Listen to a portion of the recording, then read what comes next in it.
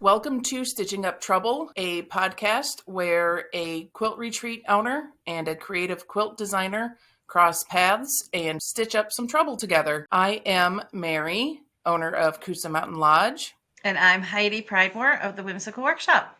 Hope you enjoy. Hey, Mary, how are you? Hi, Heidi. I'm good. How are you? Good. Back from your adventures? Back from my adventures. The adventures went well, so made it home. I got to sleep in my own bed Friday night, and now I'm up at the lodge, and I'll sleep up here 2 nights, and then I leave for Chicago. Oh, nice. So you're leaving right from Dahlonega to Chicago. So, well, that's a very good segue into what we're going to talk about today. We're going to talk about the H+H show. Is it worth asking what you're working on right now? Because you haven't actually been home to be working on anything.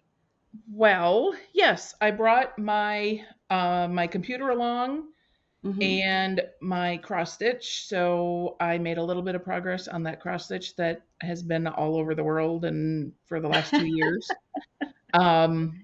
And then I made a lot of good progress on my automations for my emails and the booking for the retreat. And I also took care of the shopping that I was supposed to do. New stuff for the lodge? Sheets and blankets. And then I convinced your sister Stacy to do the shopping for my dishes. And Adam and I went yesterday and ordered couches, and I found a really cool table for like the upstairs. I'm kind of setting up a table for people to work on, like if they need to like actually do work while they're there, call, type up some emails, whatever. So found a really cool table. I can't wait. Yeah. I can't wait to see it all. It's like Christmas. It's like, can't wait to see it all. Yeah. So. Yeah. And then I met another quilter at a flea market up in North Carolina. And she is a former art school, like art class teacher. Nice. I think she just turned 80. So young.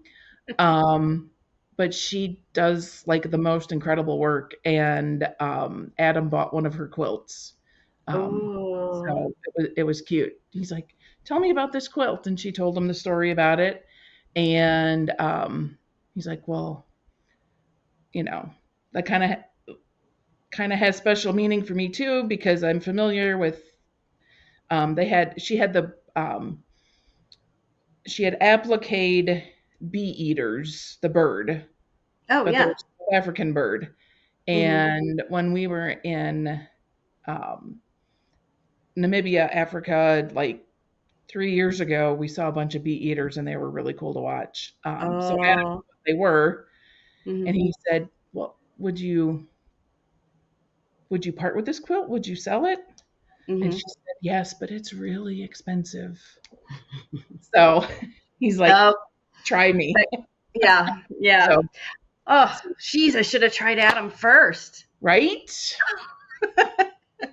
So anyway, I have the potential, maybe I'm going to reach out to her and see if she wants to teach a class here or, a workshop or something like that. So, yeah, definitely. So that was really, it's what I'm working on. That's what's been going on. That's a lot. Yeah, I still don't know when Mary gets anything done, because Mary is always going somewhere. We need to do a podcast on that. How do I get stuff done? Yeah, really. Well, maybe we do. That would be a good one. Like, how do we shove stuff in between everything else? So I've just been prepping for the show, getting moving targets thrown at me, like, can you get this done? Can you get that done? So I started the week with designing a punch needle pillow for Sulky, and ended it designing a strawberry pillow for blank quilting. So, and I did a lot of computer work in between. So nice. Yeah, All typical. right. So speaking of H&H and this Mm-hmm. scramble for you to get stuff done, what Mm-hmm. is H&H? So H&H is a wholesale trade show. Came on the scene here in America in 2021, right after COVID. Before that, the main wholesale quilt show was Quilt Market, which would be spring and fall. And spring moved around. Fall was always in Houston. This Okay. is where all your quilt shops go. This is where the distributors go to buy new product. So at the show is a bunch of vendors who are selling wholesale and distributor. And that's anywhere from the tools you use, the fabric we use, to just odd this and that, like new things that we haven't seen yet. Mm-hmm. It used to, with Quilt Inc., it was only quilting, but with H&H, we've got quilting, we've got yarn craft, we've got needle craft. So it's a huge conglomerate of a lot of soft crafts all in one place, which is really, really exciting. But they are based out of Europe, and they came over here in 2021 because Spring Quilt Market wasn't doing very well. That trade show is it's unfortunately it's kind of dying, and H&H saw a chance to move in and kind of gather all soft crafts together and see what's going on. So now it's Okay. our big trade show of the year. So, Okay. Well, so that's exciting. I'm getting to go this year, as we've talked about a little bit. So I will experience the insanity firsthand, and we'll see if we can stitch up some trouble together while we're there. yeah, exactly. Because now Um, you went with me to Quilt Market. So yes, you've gone to other wholesale trade shows, or is that the first quilting one you went to? that was the first quilting one I went Okay. to. Yeah. So when you go to H&H, it is going to be easily 4 times larger.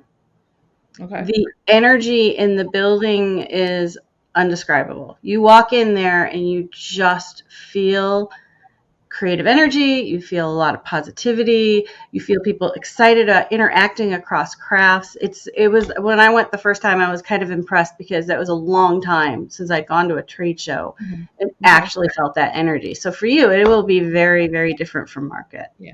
So have you been since the first time you went? So did you go to the first one I in 20? missed I didn't go in 2021. We were still barely vaccinated, and I did not go to 2021. My first one was 2022.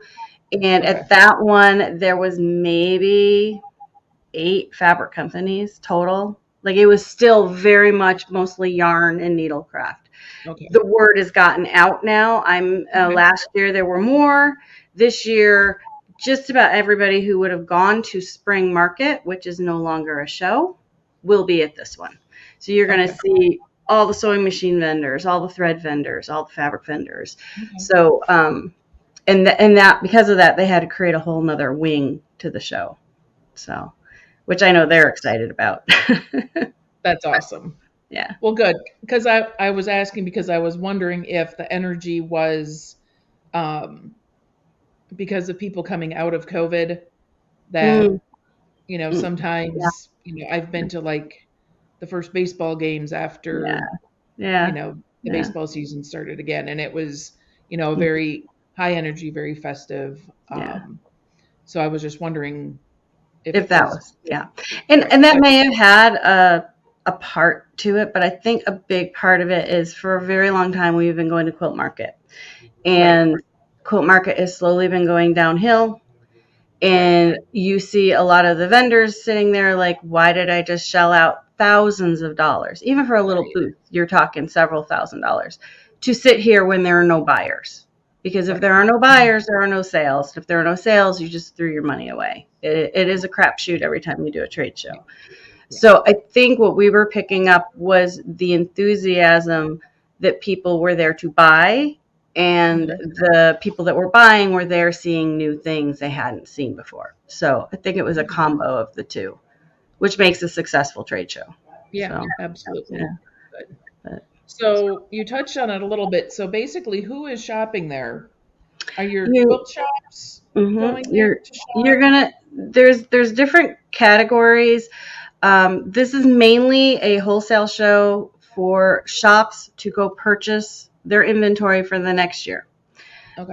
But you also have distributors there selling and buying. They're walking around trying to find the latest and greatest and newest, and they'll bring that product in for the shops to buy from them. Then you have this whole other layer. I consider it like the business layer. This is where all the international people will come to meet with all their clients. We're talking about like the fabric mills or anybody who is overseas that has any business here will come to the main trade show so they can hit all their clients at once. Because if you're printing fabric, you usually are printing for more than one company. And then the other layer are all the designers who are there to see who they can design for. They're looking for work, they're looking for inspiration. So there's a lot of different layers to the onion, and you just have to decide where you fit in the onion. So Right. Okay. But Fun. I'm excited to see all of it. It's yeah. I like getting the behind the scenes peek at Yeah. Who's talking to who and how things are done, and so I think just being there will be very interesting. Well, and this is a great opportunity for you to look at cutting tables, rulers, any of the stuff you need for KUSA, because you would be buying in volume, which means you could buy wholesale. To buy wholesale, for the most part, for people listening, you have to have a business license, and that is what gets you to buy wholesale. So to get into the show, you have to have credentials that you show them and say, look, I'm a legitimate business. Because they don't, in years past, I've been doing these craft shows for 25 years. In years past, there was no credentials. And you would have like people coming off the street in there, and that kind of pulls away from the business, and then you don't know who you should be talking to. So right. Because you only have 4 days to get a lot done. So right. 3 days to get it done. So but yeah, it has always been in the fall, so I'm really, my whole schedule screwed up. I'm just not used to having it be in May, and it's a lot to get ready for, but then it's just all this energy for 3 days, and then you come home and crash. Yep, that's my plan. Yes. So we I am coming up with my friend Shannon and my friend Dana. We've talked about Dana a little bit. And so Shannon owns the Common Thread in Dahlonega. And so she invited me to go along with her. So we're driving up. We're going to take a little detour and go through Paducah. I wish I was going. I've never been to Paducah. Really? Yeah, our company showed there, but my in-laws went because I was doing something else. So the Whimsical Workshop's been to Paducah. I haven't been to Paducah. Gotcha. Well, we missed the big show. Yeah. That was a couple weeks ago. But I think we'll hit the museum there and maybe Hancock's of Paducah also. Well, say hi to Justin for me. He's one of the owners, and hopefully you will see our stuff there because they buy from us. So I have been there in the past, and I have seen your patterns there. Yeah. So I think I remember sending you a picture. Yeah. Excited. I know that person. I know. So. I never go into a quilt shop expecting my patterns in there because there's so many pattern designers and so many quilt shops. But when we do spot one in the wild, it's still a thrill after all these years. I'm like, they bought a pattern. So yeah. But so fun. So being a designer and doing all this prep work for several different companies, do you see any trends that are like new things that I can look for when I go? Well, there hasn't been a lot of innovation in the quilting world right now. They are also trying to cross-pollinate, for better sense of a word, like bring in other craft into quilting. we've kind of hit a plateau in the industry as a whole. So I haven't seen anything super earth-shatteringly new. I can tell you that everybody is kind of holding their breath because 99% of what we buy, sell, use is coming from overseas. So we're, one of my clients is a Canadian company. They're like, don't know if anyone's going to buy our stuff because of tariffs. I mean, Right. so the tariffs are going to be the overlying topic at this trade show. Because I've even talked to people getting ready to go, and everybody's just like, I don't know what to expect because we don't know what's going to happen. So you may see more people who have things made in America pushing it forward. Okay. But at this point, like I was at a local shop here. It was a yarn shop. She got yarn in from London that she ordered before all of this happened, and she had to pay so much extra and file papers with the government to get them to release the yarn. So her attitude is, well, I'm probably not going to buy from overseas. So so that's what I'm expecting. I'm expecting it to not necessarily be about what's new and exciting, but who can we order from? And so, which is sad because it's usually, this is a huge international show. Yeah. We've got people coming from everywhere. Yeah. I mean, I've gotten several emails already from people that I buy from that like, we don't know what's going to happen. Yeah. So, this hopefully, I mean, everybody still has to do business and we all need to, so hopefully we will still find some new and exciting things. There's a lot of people who, just like me, I mean, I'm doing it for a lot of companies, plus I'm going there to buy. So I have a dual purpose to this. But there's a lot of companies who have just put their heart and soul into the last 6 months because this is the big show. And they are going there with, it's, maybe a little jaded for me, but you see these companies and they're like full of such hopes and dreams and they're new and, they don't even know what to expect and they've given their heart to the show. So, I'm hoping people will go and support those people because they deserve it. They've worked really hard for it. So, well, that was one of the things that I thought was really fun about going to the Houston show with you and getting to meet some of these small business owners. The woman that sold the triangle papers. They're a book of 50 different paper piecing patterns and they all make X4 triangles.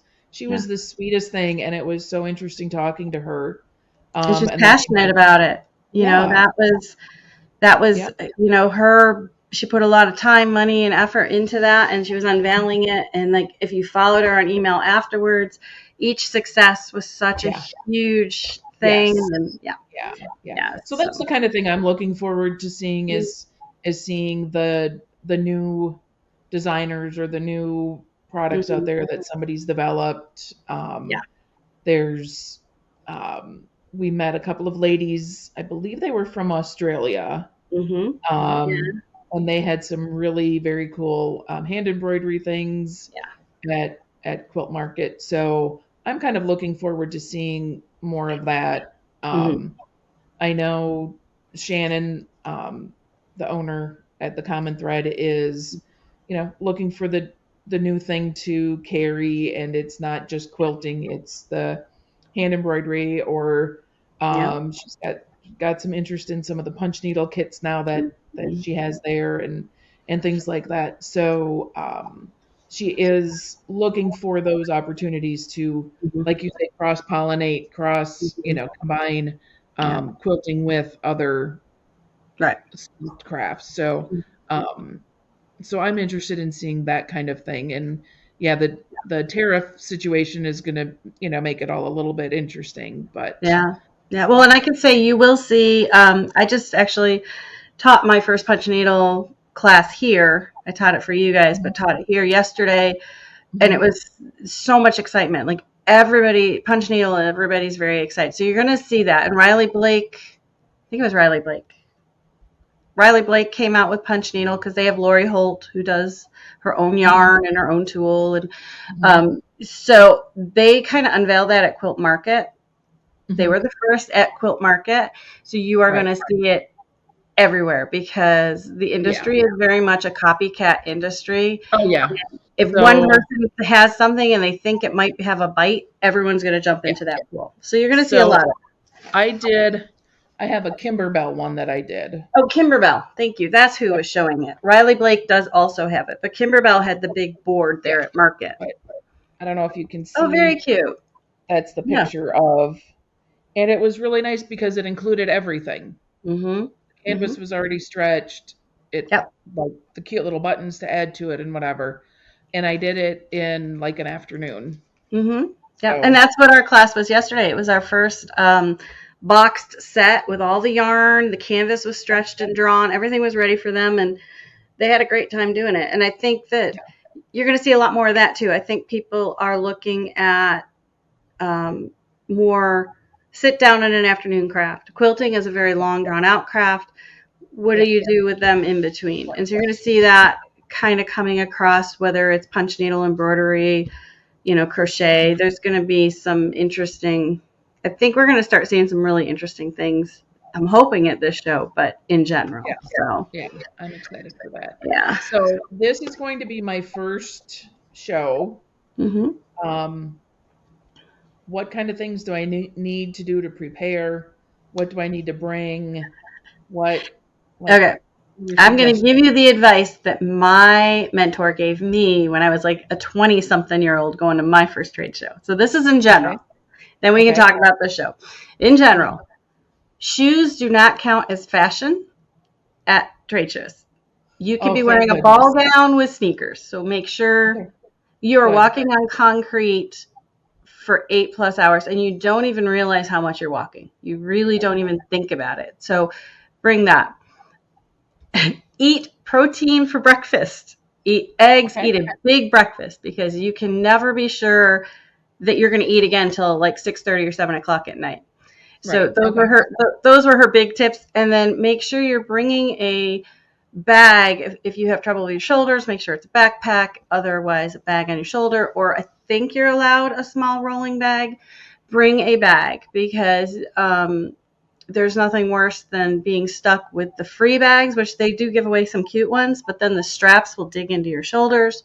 So I always make sure I bring my own bag because you will buy things or pick things up along the way, and it makes it a lot easier. Now, you're staying with us, and our hotel is directly across from the convention center, which makes things lovely. But so the other spot, bag to have to bring? You're going to make me a bag to bring? No. And I have adorable bags that I have made, but I am bringing it's a Della Q bag. If you're watching, it's very lightweight, but I love the fact that it's translucent so I can find my crap at the bottom of the bag. Gotcha. And bring business cards. Bring business cards and literature. If you're going to hand out retreat literature, bring your business cards and literature. And don't rely on any technical stuff. Your phone. I mean, make sure you have a notepad and pen because you can get into spots in these big conventions where there's very little Wi-Fi. Yeah. So those would be like she wouldn't tell you the tech part, but she would have told you the shoes, the protein, the bag. So perfect. Now for H+H. You need to make a plan, when you get there. I usually will walk the show if I can, depending on how big it is. I walked the show one time around and mark off what I want to see. And then the next day or two, I go in order of the rows. So I'll the first day, mark everything. The second day, I'll be like, okay, in row 1, I want to see A, B, and C. Row 2, I want to see D and D. And I make a plan. Do not meander. You won't remember what you saw. Right. It becomes very overwhelming. And I don't tend to buy the first day. If you are buying things, I don't tend to buy until I've gotten through everything and I've gone back to my room and I've looked through my literature because if I can't remember it, it wasn't that important. Gotcha. Yeah. Because if it's something you really want, you're not going to forget it. You're going to remember it. You may not remember where you saw it, but you will not thing. And the other thing is to know that this is not your one and done. This is not your only opportunity to purchase this stuff. Everybody sells this stuff year round. This is just your first chance to see it. That's a very good point. So I don't have to be frantic about, do I need to get this or that? Okay. You need to That's get their business card. That's what you need. Gotcha. So, Okay. but yeah, so that's what you would need to get there. Okay. You know, it's a marathon, not a sprint. All right. All So, right. and you will get distracted by all the beautiful things in booths. So take as many pictures as, always ask, but if you can, take pictures. Okay. So, Okay. yeah. So is there a list of vendors that's available, or is that something that we get when we're there? You can go on the H+H Americas website, and the list of vendors who are showing this week are on there. So you can go through and kind of get an idea of who's who and where do you want to see. The other thing is, don't anticipate, like, when the shows are slower, you can walk in and talk to whoever. Right. But it's really handy. Does your card have your cell phone number on it? Mm-hmm. Yeah, it's really handy to be able to say, I'd like to meet with so-and-so. Here's my cell number. Have them call me on the floor, and I will come back. As the shows get busier and busier, it's harder to meet with people and connect. So, and talk to anybody you sit and have lunch with, because you never know who you're sitting and having lunch with. Oh, that's very true. That's very true. Yeah. Have you looked at the list of vendors yet? I have not, because for me, I'm going to talk. I'm going to look, but mostly I'm going to talk with clients and talk to clients, and I already know. I know who's going because they've already talked to me. I used to always make appointments. You know, I'd get there and have the entire 2 days booked out, and I don't do that anymore because I realized I was missing the show. And though it is important to talk to certain people, I can also call them on the phone or email them. It's more important that I actually experience what's going on at the show. So now I just go through, hey, do you need to talk to me? Do we need to set up an appointment? That kind of thing. So, but it should be a good show. So, so if I'm going, I am looking at potentially kind of stocking a closet with some notions that most people might forget or whatever, to just have things handy there. So if I see something that I like, do most vendors do like a cash and carry kind of a thing, or is it mostly order, or is it kind of a mix? Depends on. It used to be half and half. You used to be able to do a lot more cash and carry. Part of that stopped because Quilts Inc. put a rule out that you couldn't do it. H&H does not have that rule, so it may start coming back again. You'll see more cash and carry the last day because people are packing up and don't want to take the inventory home. The first day, no one's going to sell you anything because they need it for the booth. They brought it to visualize. But yeah, there'll be some, especially because this is a yarn and thread and fiber show. You're going to get a lot of independent people in there that are small business. They're bringing it in and they do not want to take it home. So you will definitely, if you were looking for yarn, there's going to be a lot more you can cash and carry. If you're looking for notions and tools, it's going to be less likely. You're more likely going to need to make an order. So, which I always find is just fine because I don't really want to schlep it all home. I only have so much suitcase space. I don't have a whole car, though I do know someone with one. Yes.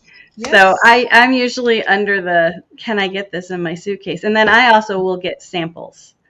I will get stuff from my clients. They will be, some years I come home and I have, 10, 15 fat quarter bundles I had to shove in my suitcase. So, my experience is a little bit different, but I am sure, even though I say every time I'm not buying anything here, I don't need to buy anything. I will buy something. I am sure. We always find something. That is how we get in trouble. Yes. We always find something. Yeah.